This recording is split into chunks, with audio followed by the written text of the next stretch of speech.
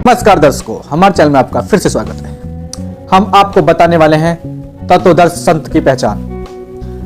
गीता अध्याय नंबर 15 श्लोक नंबर 1 से 5 तक जो बताया गया है, पीपल का वृक्ष जो जड़ से लेकर पत्ते तक बता देगा, वो तत्वदर्शी संत है। अध्याय नंबर 15 श्लोक नंबर 1 से 5 तक जो बताया गया है, पीपल के वृक्ष जड़ से लेकर जो पत्ते तक बता देगा, वो तत्वदर्शी संत होगा। जो हमारे शास्त्रों के अनुसार जड़ कौन है, तना कौन है, डार कौन है, पत्ते कौन है, वो हमारे शास्त्रों से प्रमाणित बता देगा, वो तत्वदर्शी संत है। उसका उपदेश पाकर अगर अंतिम समय तक मनुष्य भक्ति करता है तो उसका मोक्ष हो जाता है। सभी श्रद्धालुओं के मन में एक विचार उठता होगा कि तत्वदर्शी संत कौन है, तत्वदर्शी संत की पहचान क्या है। आप इस वीडियो में बने रहें और वीडियो को कंप्लीट देखें। आइए अब जानते हैं अन्य संतों के विचार कि तत्वदर्शी संत कौन होते। ज्ञानिनस तत्वदर्शिना, ऐसे महापुरुष इन्होंने तत्व का दर्शन किया है, जो ज्ञानी हैं, केवल ऐसे लोग ही उपदेश करते हैं जो उनके प्रति शरणागत होते हैं, जो उनकी सेवा करते हैं और जो समुचित प्रश्न पूछते हैं। भगवान कृष्ण ने कि सत्य और असत्य के अंतर को जो जानता है वो तत्वदर्शी है, अर्थात इन दोनों के अंतर को तत्वदर्शियों ने देखा। कृष्णात् परम किमपि तत्त्वमहं न जाने, कृष्ण से बड़ा कोई तत्व है ये मैं नहीं जानता, ऐसा महापुरुष कहते हैं। तो कृष्ण का चिंतन करना, जो आदमी भगवान श्री कृष्ण के चिंतन में, भगवान राम के चिंतन में लगा है, जो भगवान के लिए रो रहा है, समझ लेना कि वही तत्वदर्शी संत है। भगवान ने कहा, उस ज्ञान की प्राप्ति के लिए तो तत्वदर्शी महापुरुष का आश्रय ले। एक बात तो ये है कि भगवान कृष्ण सर्व ज्ञान संपन्न है। तत्वदर्शी महापुरुष वो हैं जिन्होंने उस तत्व का साक्षात्कार किया है। तत्व स्वयं परमात्मा है, स्वयं परमात्मा श्री कृष्ण है। श्री कृष्ण ये वाणी बोल रहे हैं, लेकिन फिर भी एक परंपरा का निर्वाह कर रहे हैं कि महापुरुषों के द्वारा ये ज्ञान मिलेगा, गुरु परंपरा से ज्ञान मिलेगा। तो जो तत्वदर्शी की बात है, वो बात है कि जो परमात्म तत्व सबके भीतर है, जो चेतन तत्व सबके भीतर है, जिसने उस तत्व से एक रूपता कर ली है, जो केवल जड़ता में नहीं जी रहा, चेतना में जी रहा है, जो केवल बाहर के आकर्षणों में नहीं जी रहा, अंदर उस ईश्वरीय भाव की प्रियता में जी रहा है, वही तत्वदर्शी।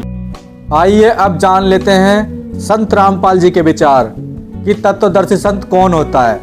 पूर्ण परमात्मा स्वयं ही आकर अपने मुखारविंद से, अपनी वाणी से बोलता है। तो चौथे अध्याय के 34वें श्लोक में कहा कि उस तत्व ज्ञान को तू, सच्चिदानंद घन ब्रह्म की वाणी को, उस तत्व ज्ञान को तू तत्वदर्शी संतों के पास जाकर समझ, और फिर उनको दंडवत प्रणाम करने से, कपट छोड़कर उनकी सेवा करने से वो तत्वदर्शी संत तुझे यथार्थ ज्ञान उस परमात्मा का बताएंगे। तो उस तत्वदर्शी संत की पहचान 15वें अध्याय के प्रथम श्लोक में बताई है कि उल्टे लटके हुए संसार रूपी वृक्ष को जो विस्तार से बताता स वेदवित, वह तत्वदर्शी संत है। परमेश्वर कबीर जी ने 600 वर्ष पहले अपनी सच्चिदानंद घन ब्रह्म की वाणी कबीर वाणी में लिखा था, अक्षर पुरुष एक पेड़ है, निरंजन वा की डारे, तीनों देवा शाखा है, ये पात रूप संसार। जो जमीन से बाहर दिखाई देता है उसको अक्षर पुरुष बोलते हैं, यो पेड़ होता है। अक्षर पुरुष एक पेड़ है, निरंजन वा की डार, और तीनों देवा शाखा है, ये पात रूप संसार।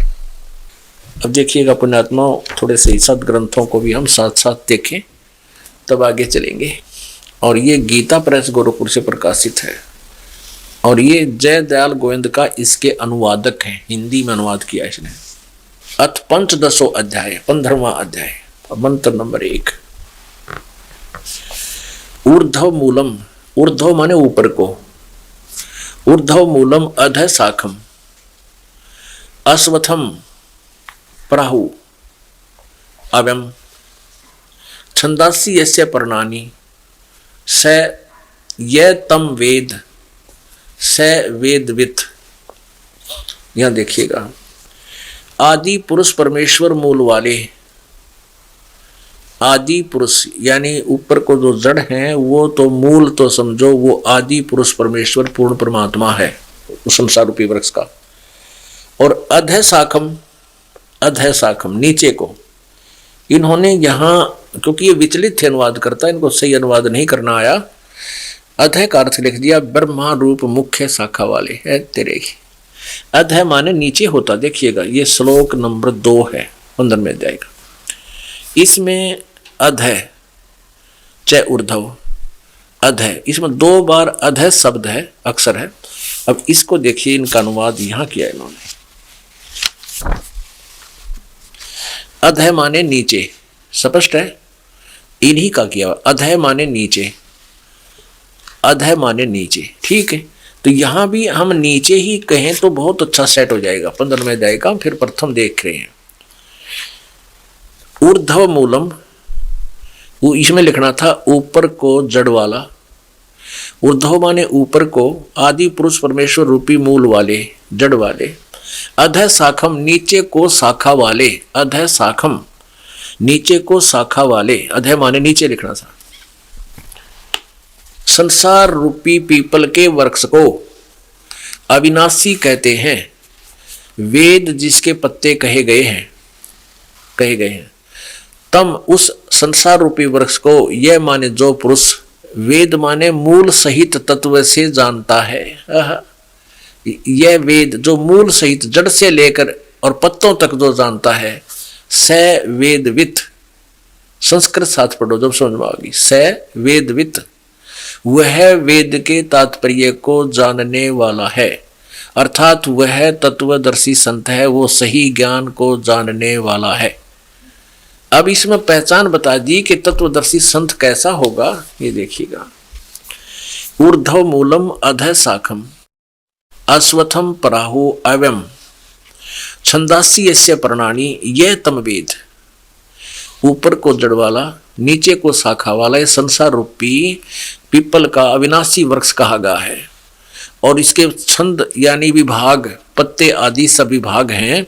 और यह माने जो, तम माने उस अज्ञान अंधकार में छुपे हुए इस ज्ञान को, उस संसार रूपी वृक्ष को जानता है। वेद माने जानना, यह तम वेद जो इसको जानता है। ऊपर को जड़ नीचे को शाखा कौन है, पत्तों तक बता देगा, उसके न्याय विभाग सहित बताओगा। स वेदवित, वह वेद के तात्पर्य को जानने वाला अर्थात तत्वदर्शी संत है। अब इससे पहले ये देखिएगा, ये संसार रूपी वृक्ष का एक चित्र दिखाते हैं आपको, इससे समझ में आओगी आपका सारी कहानी। ये जमीन से बाहर नजर आता है, इसको समझो पेड़ बोलते हैं। जमीन के अंदर गुप्त जो जड़ हैं वो प्रोक्स होती हैं, अनविजिबल होती हैं। और ये विजिबल होता है बाहर जो भी तना है, ये तना है, ये मोटी डार है, ये तीनों शाखा है और ये पत्ता है, पत्ते हैं। तो परमात्मा कबीर जी ने 600 वर्ष पहले ये तत्व ज्ञान अपनी सिंपल लैंग्वेज में सच्चिदानंद घन ब्रह्म की वाणी में अर्थात कबीर वाणी में बोला हुआ है। अक्षर पुरुष, ये तना तो है अक्षर पुरुष, और इसमें से मोटी डार निकली है, ये है सर पुरुष। सर ब्रह्म कहो, अक्षर सर पुरुष कहो, ज्योत स्वरूपी काल कहो, ब्रह्म कहो।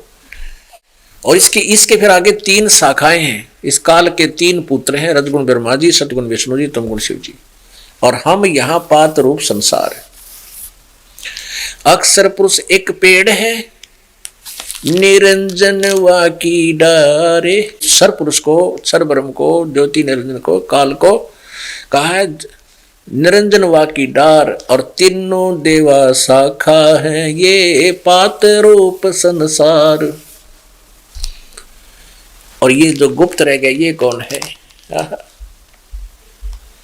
ये है परम अक्षर ब्रह्म, ये पूर्ण ब्रह्म परमेश्वर है। ये जड़ जो है जहां से सबको आहार मिलता है, जो सबका पालन पोषण करता है, सबका कर्मानुसार जिसका संस्कार देता है, वो पूर्ण परमात्मा ये कबीर देव है, पूर्ण ब्रह्म है, परम अक्षर ब्रह्म भी इसे कहते हैं। पुण्यात्माओं, आज तक हमें जो भी ज्ञान प्राप्त था वो बिल्कुल व्यर्थ था जब तक आप जी ने ये ज्ञान दास से नहीं सुना। इससे पहले कोई भी किसी भी पंथ में है, चाहे को किसी मजहब से संबंधित है, उसको परमात्मा का यथार्थ ज्ञान नहीं है। जबकि हमारे सदग्रंथ सभी ज्ञान को बता रहे हैं, पहले लिखा हुआ है, लेकिन इसको हमें वो बता भी डिटेल नहीं दे सके, उसके अच्छी तरह समझा नहीं सके।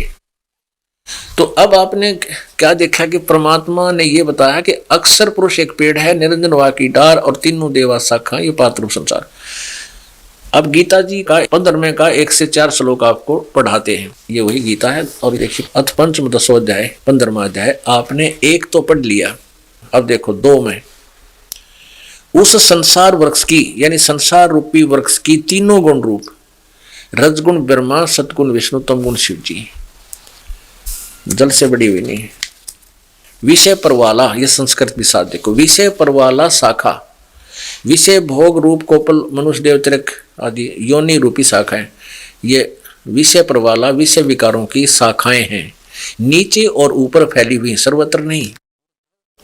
अधः च ऊर्ध्व, नीचे और ऊपर ये फैली हुई है। मनुष्य लोक में कर्मों के बंधन में बांधन वाली भी ये मुख्य कारण है, जो नीचे और ऊपर व्याप्त है, सभी लोकों में नहीं है। अपने आत्माओं यहाँ एक कंसेप्ट ये क्लियर करना पड़ेगा कि रजगुण ब्रह्मा जी हैं, सतगुण विष्णु, तमगुण शिव जी। आपको दिखाते हैं श्रीमद देवी भागवत। ये जो श्रीमद देवी भागवत है यानी देवी पुराण है, इसमें संस्कृत भी साथ है। अथ देवी भागवतम सभाष्टिकम समातम, खेमराज श्री कृष्ण दास प्रकाशन बम्बई, ये यहाँ से छपी है, बम्बई 4। अथ श्रीमद देवी भागवते भाषा टीका युक्ते तृतीय स्कंद है प्रारंभते। ये है देवी भागवत 11 पृष्ठ और इसका है भाषा टीका तृतीय स्कंद अध्याय 5। अध्याय 5 का यो 8वां श्लोक है, 7वां यहाँ समाप्त हो गया, 8वां प्रारंभ होता है। भगवान शंकर अपनी माता दुर्गा से कह रहा है, हे माता, यदि हमारे ऊपर सदा आप दया युक्त हो तो हमको तमोगुण में किस प्रकार प्रदान किया, ब्रह्मा रजोगुण और हरि सतगुण क्यों युक्त किए, सतगुण युक्त किए। अब यहां से फिर संस्कृत और देखते हैं। ये 7वां श्लोक खत्म हुआ, 8वां।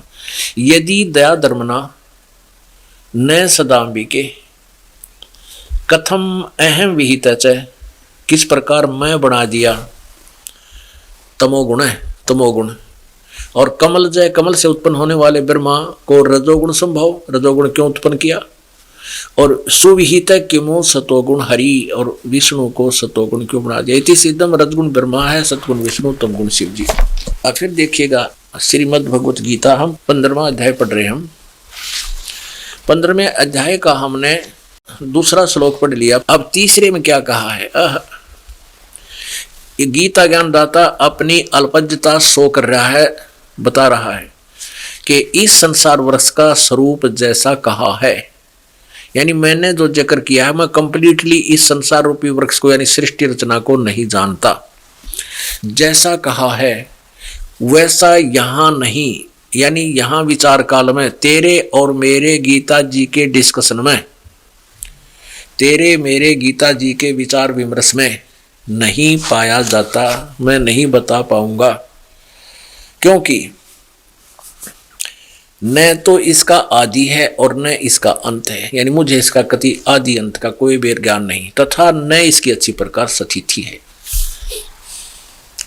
इसलिए इस सुविरुद्ध मूलम, यानी मूल जो है संसार रूपी वृक्ष का, वो तो अविनाशी है, अति दृढ़ मूल वाले, इस अति दृढ़ मूल वाले संसार रूपी पीपल के वृक्ष को दृढ़ेन असंग शस्त्रेण छित्वा, इसका अर्थ लिखते हैं ये यहाँ लिख दृढ़ वैराग्य रूपी शस्त्र द्वारा काटकर नहीं, यहाँ लिखना था कि उस सुदृढ़ दृढ़ यानी अटल विधान वाले तत्व ज्ञान रूपी शस्त्र द्वारा काट के उस तत्व ज्ञान रूपी सच्चिदानंद घन ब्रह्म की वाणी को बताने वाले संत से मिलकर उससे तत्व ज्ञान रूपी शस्त्र लेकर, शस्त्र द्वारा काटकर, अर्थात अज्ञान रूपी उलझी गुत्थी को समझकर उसके पश्चात उस परम पद रूप परमेश्वर को भली भांति खोजना चाहिए, जिसमें गए हुए पुरुष यानी साधक फिर लौटकर संसार में नहीं आते।